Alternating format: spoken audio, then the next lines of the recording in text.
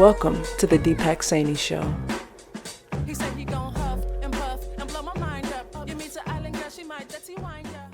Welcome to the Deepak Saini Show. I'd like to thank J23 for the intro music. You can find a link to her music in the show notes. My guest today is Michael Santonato. Did I pronounce that correctly? Yeah, man. Awesome. Michael is compelled to give people a true financial education to help them become financially indestructible. Michael knows that you or your kids will never get a true financial education at school, at work, at church or religion, in your community, or from your family. Michael was lucky enough to have parents who are both bank managers, and they've taught Michael all the essential foundations of personal finance at a young age. Michael, welcome to the Deepak Saini Show. Thank you so much, Deepak.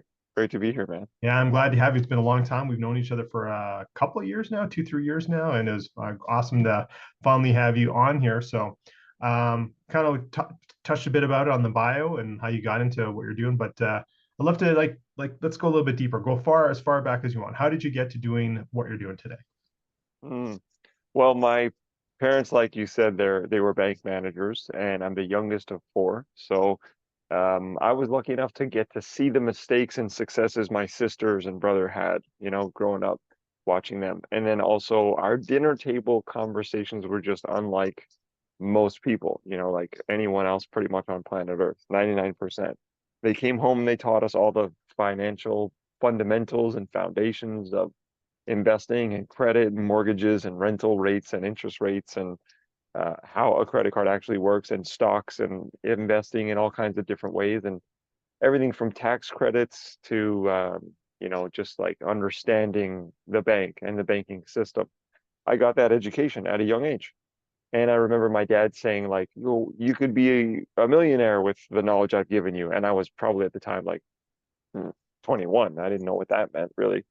But he always said that, education was the best investment.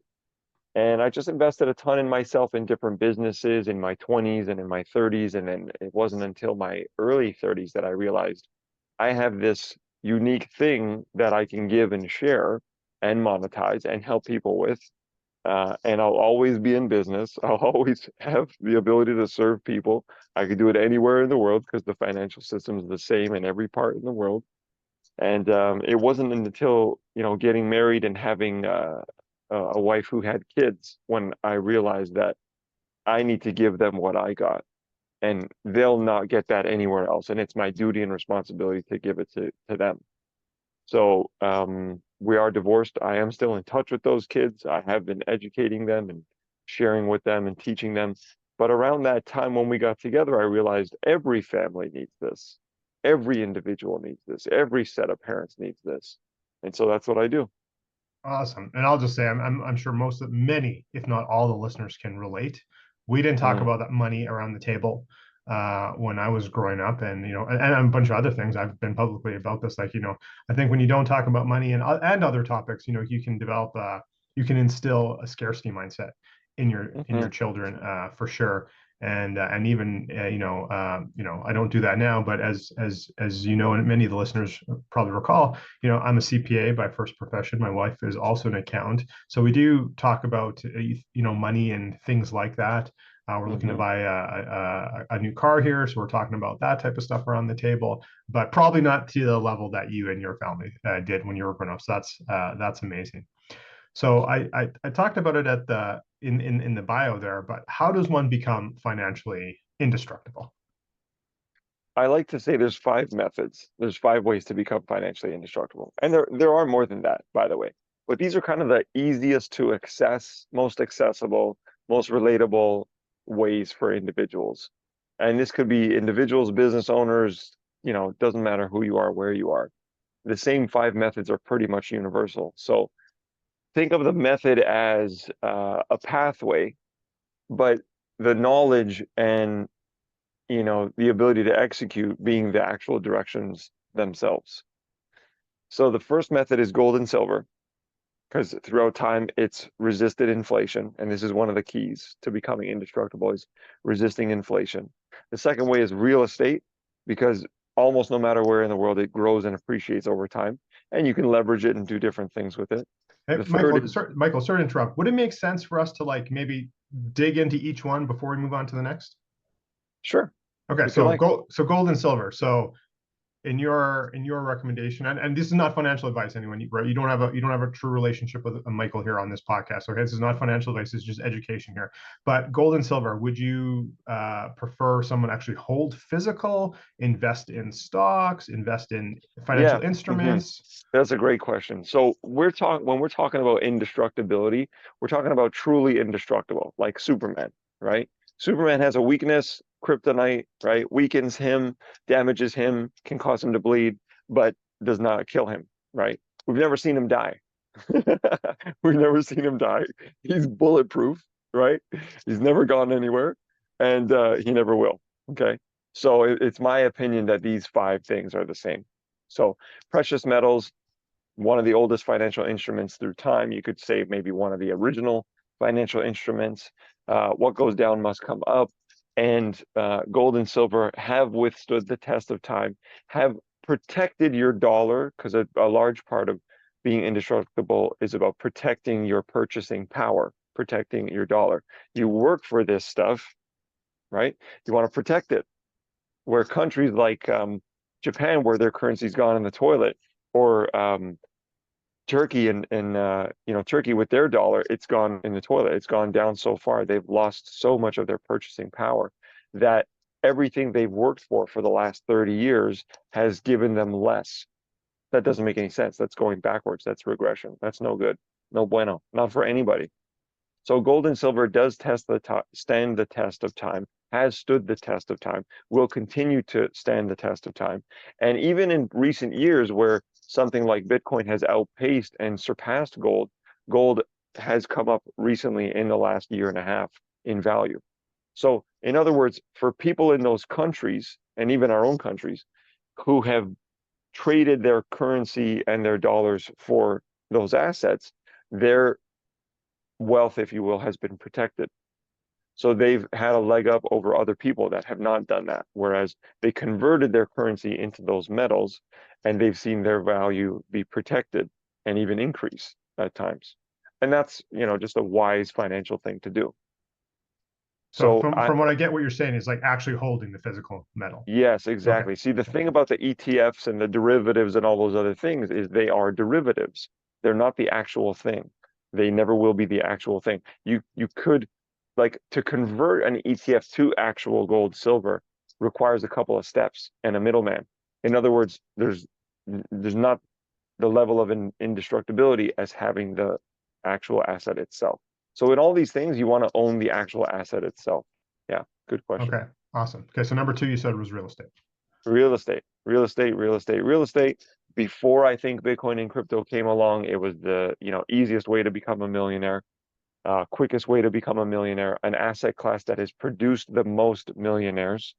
And someone like Grant Cardone, you can hear him and listen to him say that he's got indestructible levels of wealth because of real estate.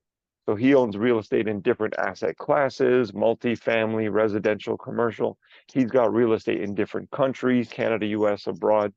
And so real estate, because people will always need a place to live, a dwelling, real estate allows you to maintain that indestructibility and also weather different market conditions.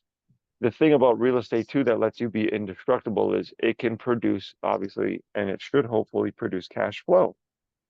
And it grows and appreciates over time, and nobody can take that thing away from you. Now, I'm not too sure about in the USA, but I know that in Canada, because each of these five have their pros and cons, by the way. In Canada, if you're a mortgage broker taking your mortgage license course, you actually go through a part in the course where you learn that all land belongs to the crown at the end of the day, the crown or the queen or the king or whoever it is. At the end of the day, your property in Canada can be seized. Even if you own it, your property can be seized by the crown. And it says that when you're even doing your mortgage personally as an individual. So that's the con of real estate. It's less likely to happen. It's not that likely to happen. Has happened, does happen, can happen. Again, that's one of the cons of real estate and owning real estate is that the crown can seize it at any time if they wish. It's in the clause, it's in the fine print. So many pros to real estate, one big con. Also, a lot of people in 2008, 2009 got hit with, obviously the interest rates just like now, people were feeling the crunch with interest rates with real estate. So holding the physical real estate absolutely in your name or in a corporation that you own their name, that's another kind of story or tangent. But yeah, real estate, without a doubt, one of the methods to become financially indestructible. Awesome. And then before we move on to number three, Michael, you did say a couple different, residential, commercial, multifamily. So we could do a whole podcast just on just that alone. So let's, let's just leave it for the audience. There's lots of different ways to invest in real estate. Oh yeah. Yeah. And I've seen your podcast. You've got real estate experts on here. You've got other episodes the guests can link to. Yes, absolutely. Plenty of them, right? They're experts in real estate. All right. Number three. Number three, one of my personal absolute favorites, Bitcoin. Now, Bitcoin specifically, or we're talking cryptocurrencies? I'm just going to do Bitcoin. Okay, I'm just going to do Bitcoin. Yeah. Inherent in Bitcoin I'll stick with Bitcoin for the obvious reasons that, inside of Bitcoin, there is a limited supply, limited capacity. There's the halving events every 4 years, which cut the supply in half every 4 years. But Bitcoin is truly one of those things that is one of the only real, I think it really personally is the first real, true sovereign way to own something that no one can take. The only way that people can access your Bitcoin is if you give them your seed phrase keys. And even then, there's other evolutions now in the industry where you can have backups to backups. So instead of just needing my 12 keyword phrase, you also need this number pass key generator at the same time. That's a double security. Right. That's a double backup. But why Bitcoin?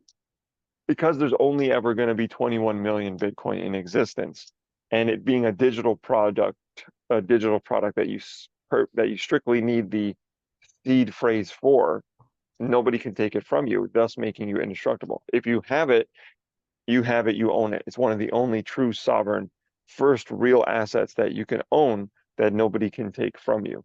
Okay.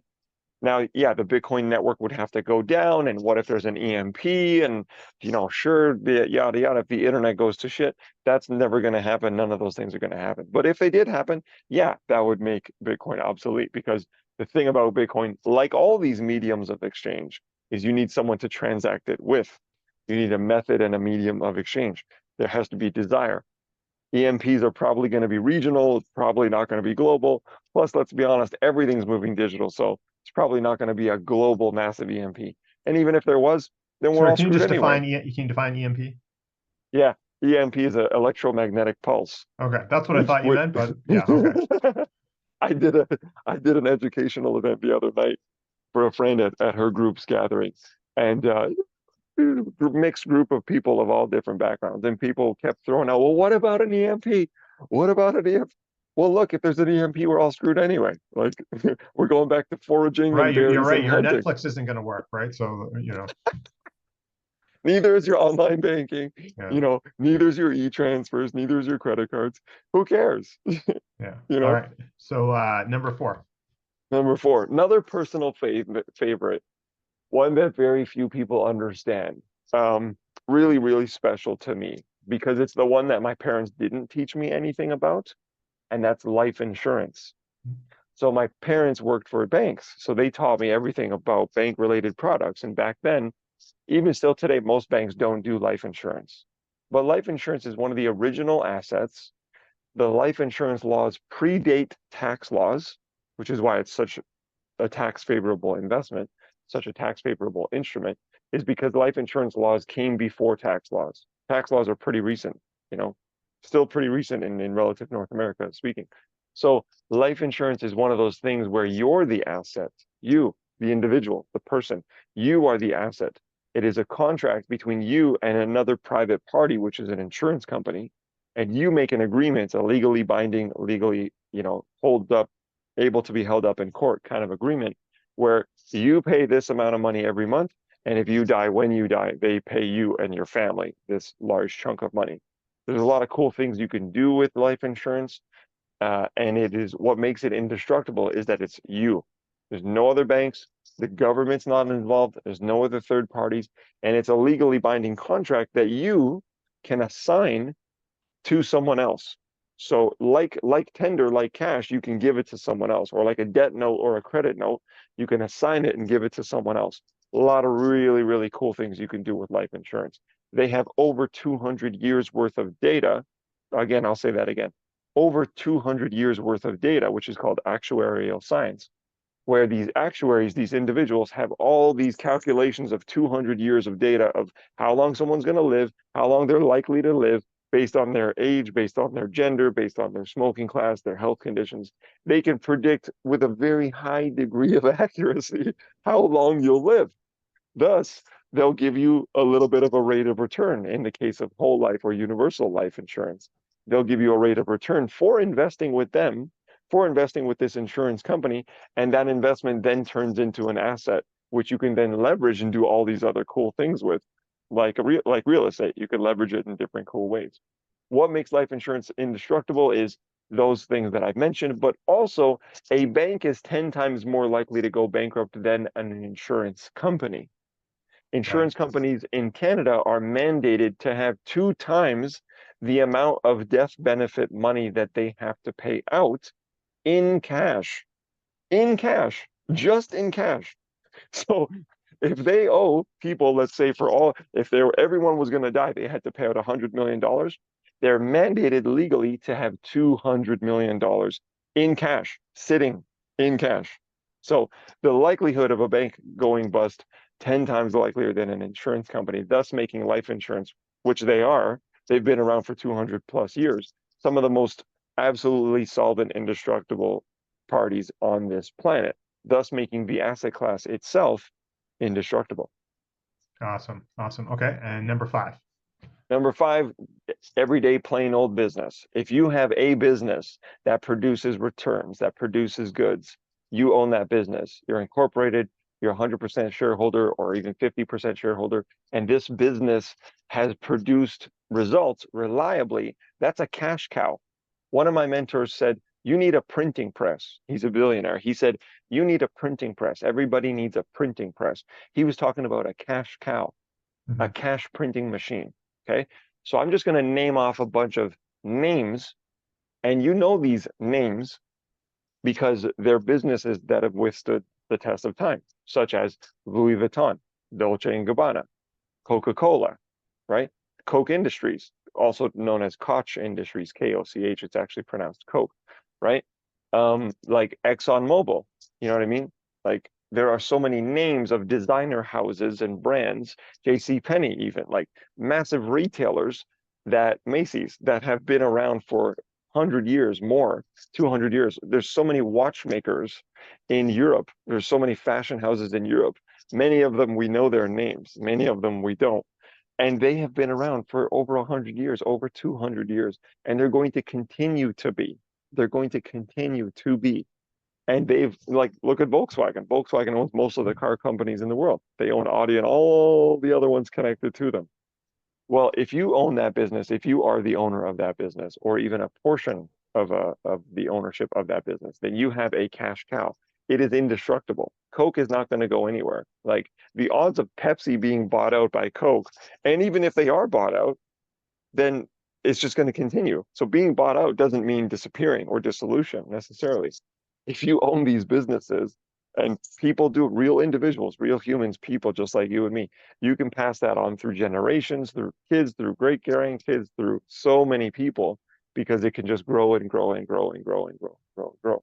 And business is also one of the original asset classes, protected by many laws, favored by many laws, and corporations obviously, that has been around since the test of time. Commerce will always be around. Trading will always be around. Goods and services exchanging value for value will always be around. That'll always be necessary in some way in our lives. That'll never go away. And business is that medium. Business is that medium of exchange. I just want to link 2 things that I'm sure many people are aware, but maybe some aren't. It's the business owners, it's the insurance holders that are writing the tax laws, right? That are like influencing the writing of the tax laws. So why are they keep the rich get richer? Because they influence how those types of things. So they're not in your I've head. got So yeah. Yeah, I've got a video on my YouTube channel that's 10 reasons why the rich really do get richer and the poor really do get poorer. And that's one of them. The rich have so much money, they lobby. That's what lobbyists are, is they bribe, cajole, they meet with, they connect, they influence suggest lawmakers, real law and policy makers, on how to make the laws that favor the businesses, that favor these asset classes and the individuals who own them. Absolutely, absolutely. And just that's a great segue, Michael, for all of Michael's links for her, like how to connect with him on social media and his website, his YouTube channel, etc. Will all be underneath in the show notes. So it'll all be there. So Michael, thank you for sharing your top five there. And we talked about how your parents were both bankers and how they educated you around the dinner table. But what else? Like how did you, besides that, how else did you get your financial education, so to speak? That's a good question. Plenty of trial and error. My first three businesses failed. It's funny because my parents were bank managers and they were career lifers. They spent 30 years at one bank, retired, back in the 90s at age 55 when you could. And they were not entrepreneurs. They were not entrepreneurs. I had no entrepreneurs in my family that I could really go to and talk to. So I've learned a lot through what they call the school of hard knocks. Tons of failures, tons of learnings, tons of lessons, lots of experimentation. I've owned a couple of different businesses now that have been successful, thankfully, but I've got more failures than I do successes, and that's what allows me to be successful. So I think real world application. I've invested in tons of different asset classes as well. I made my first million in crypto, lost my first million in crypto. We're in this next bull market right now in crypto.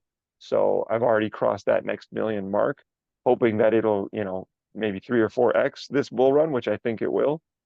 And yeah, I've invested in almost every different asset class. I've lost tons of money investing in all kinds of different harebrained schemes, and some legitimate and some not, and some that worked out and some didn't. And now I know what to look for. That just makes me better and stronger. And that gives me the wisdom to go back and say, that's why that failed. That's the lesson I learned. That's why I lost that money. And this is what I'm going to do to protect it, maintain that indestructibility, which is part of the story, by the way, and then grow it and prosper and grow it and prosper for generations to come now.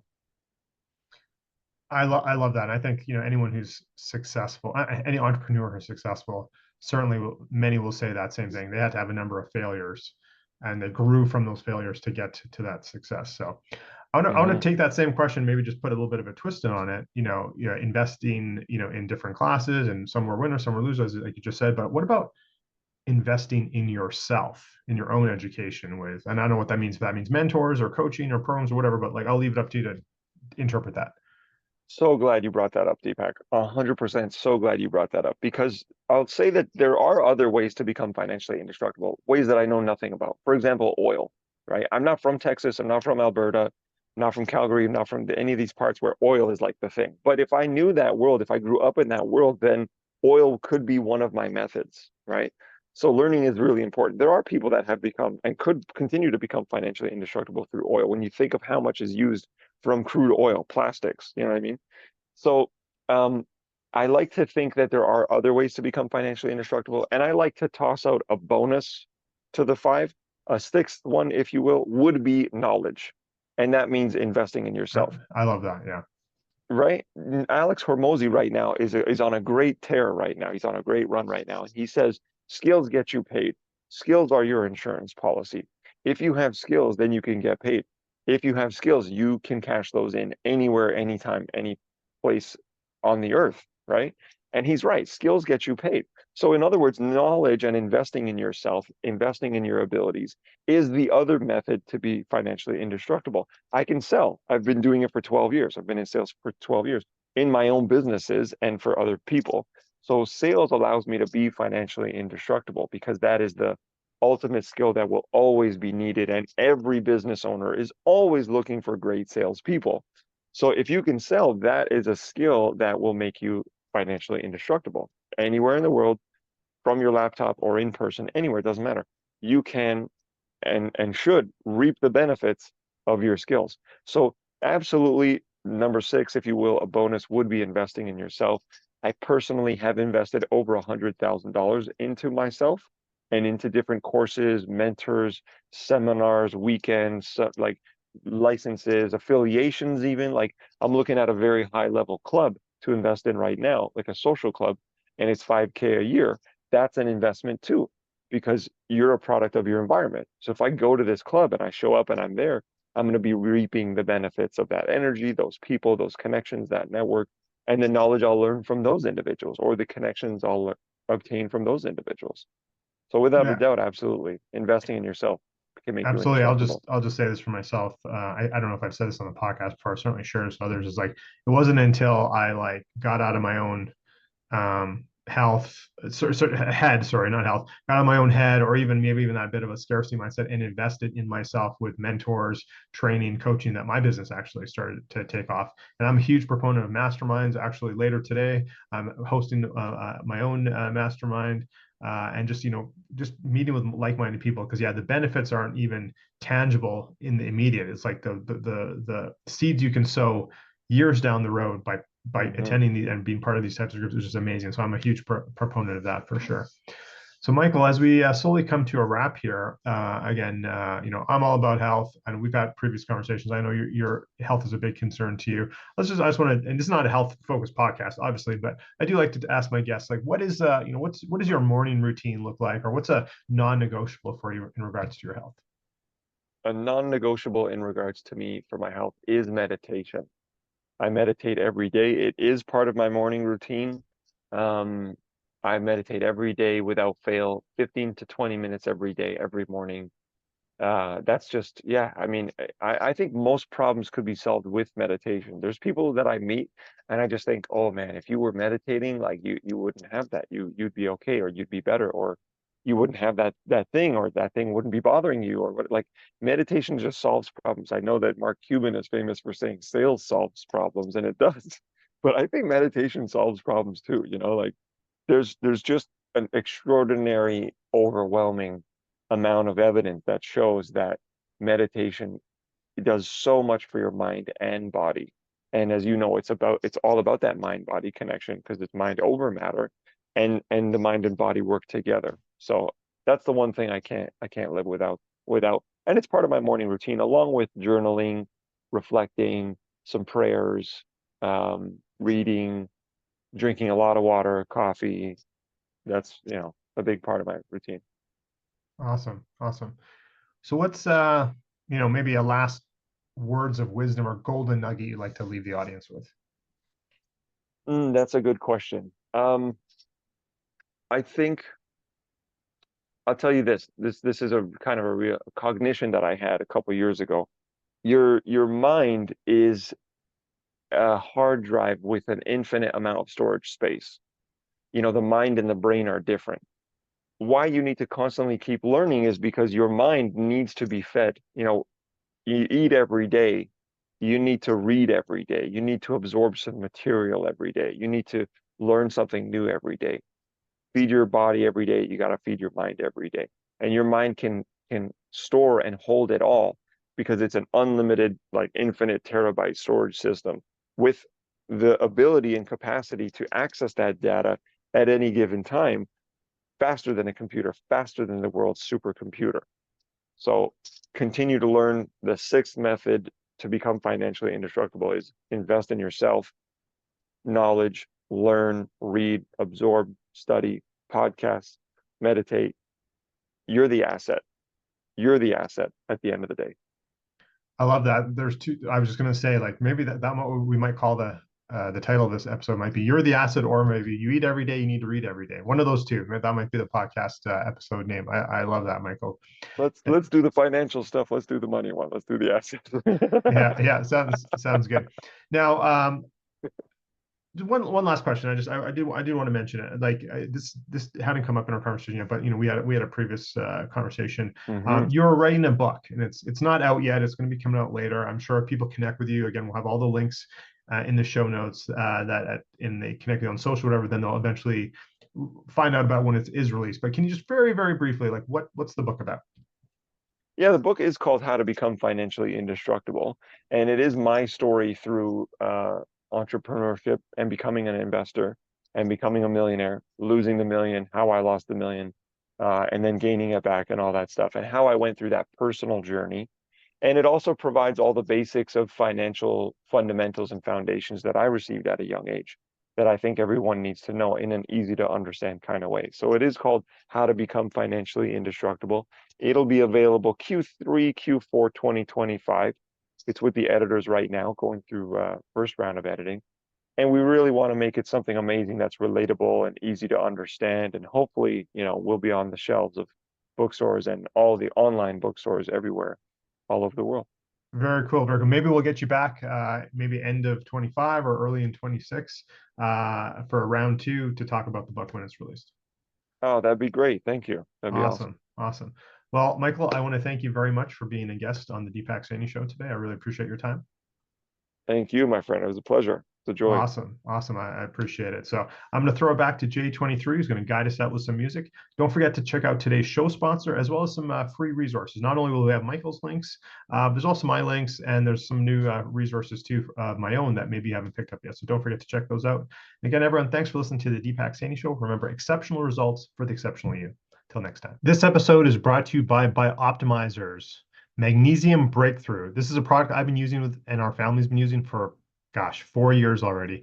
What I love about it, it has 7 different forms of magnesium in it, all the forms that your body needs for all 400 processes that your body needs magnesium for.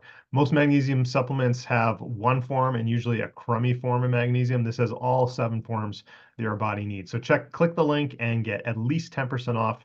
Sometimes there's specials and you even get more. So check out Optimizers Magnesium Breakthrough. Podcast produced by the Minted Green Company